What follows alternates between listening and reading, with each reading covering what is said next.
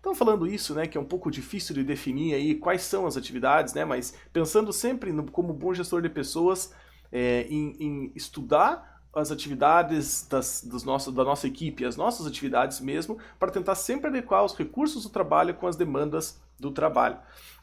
Então eu comentei quais são os tipos de atividade que nós deveríamos focar e entender tanto a gente quanto nossos colaboradores, funcionários, a se manter sempre nesses 3 quadrantes aqui, ó, que eu estou marcando de novo. Veja que agora a gente já está colocando a sensação da pessoa em fazer essa atividade. E aqui o gestor de pessoas tem que ser bastante sensato, bastante perspicaz. Você como líder tem que realmente entender a pessoa que trabalha com você para conseguir adequar as atividades que você vai delegar para ela, que você vai terceirizar para ela, as habilidades, né, os desafios com as habilidades. Então eu comentei, né, são esses 3 quadrantes os que nós deveríamos tentar manter 1/3 do tempo dos nossos funcionários aqui em atividades que geram excitação para a pessoa, 1/3 no fluxo e 1/3 em controle. Relaxamento também não é tão ruim, né? Aqui seriam aquelas atividades como comer, ler, etc. Relaxamento não é tão ruim, mas muito relaxamento acaba não sendo produtivo para o teu trabalho. Tédio, você não quer que isso aconteça com o teu funcionário, que são a baixo desafio e baixa habilidade, a pessoa vai se sentir entediada em fazer aquilo, aquele dia, nossa, hoje foi cansativo. Às vezes você cansa muito fazendo atividades que são tediosas no trabalho, então baixo desafio e baixa habilidade. Tente sempre monitorar tanto as tuas atividades quanto os tua equipe de trabalho, como líder, né?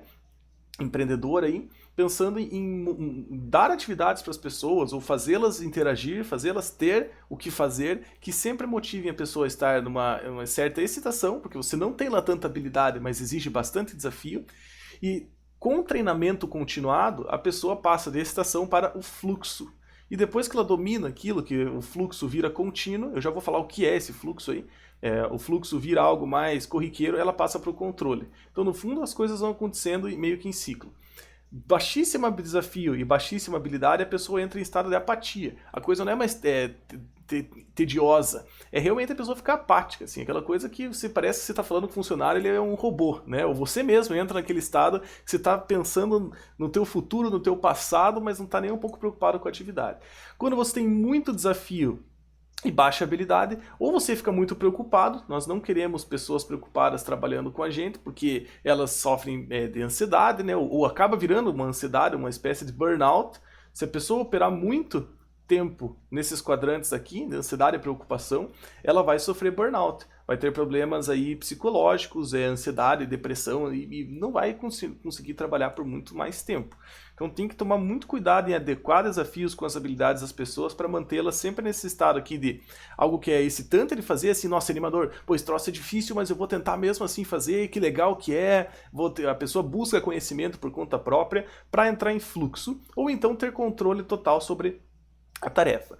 O que é o fluxo, então? Que é onde estão as nossas, o quadrante mais interessante de fazer as pessoas operarem.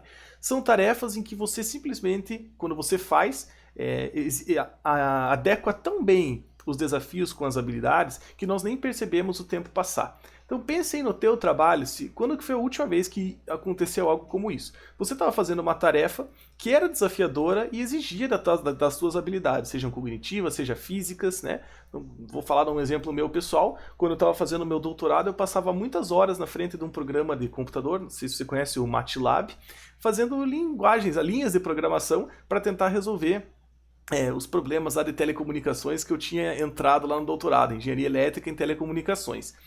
E muitas vezes era muito difícil, eu não conseguia progresso, eu tinha que estudar muito, tanto da linguagem de programação quanto da parte teórica do que eu estava vendo, e às vezes eu travava, então tudo era novidade, então a tarefa era desafiadora e exigia das minhas habilidades, como engenheiro, como matemático, como físico, enfim.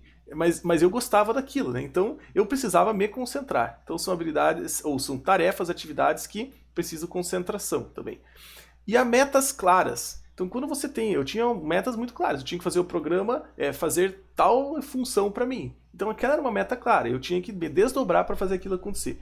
Há feedback imediato sobre o que você está fazendo, isso aqui é interessante, né? Quando você está em fluxo, você sente que tem feedback imediato da atividade com você, para você.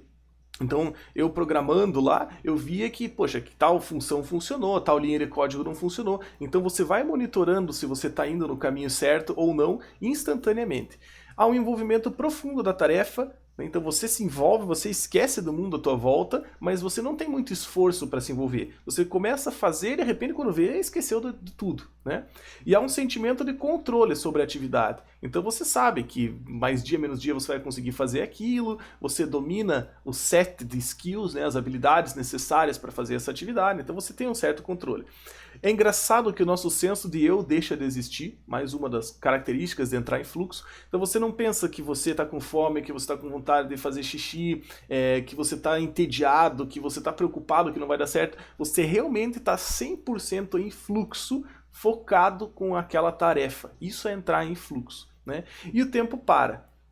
E é curioso, né, uma extensão do fluxo, né, que durante a tarefa, enquanto você está lá fazendo a tarefa, no meu exemplo pessoal, eu estou lá programando no MATLAB, tentando resolver problemas de telecomunicações, eu realmente não sentia vontade de fazer xixi. Às vezes o tempo parava a ponto de eu ficar 2, 3, 4 horas na frente do computador e nem perceber. Depois olho no relógio, nossa, não acredito que eu fiquei tanto tempo fazendo isso. Aí depois que você para a tarefa, você olha para trás e você pensa, nossa, hoje eu consegui um progresso interessante, foi bom, né? Você se sente bem com você mesmo, vem um sentimento de gratificação. E aí você olha para trás e fala assim, poxa, eu faria isso de novo. Essas são as tarefas em que você deve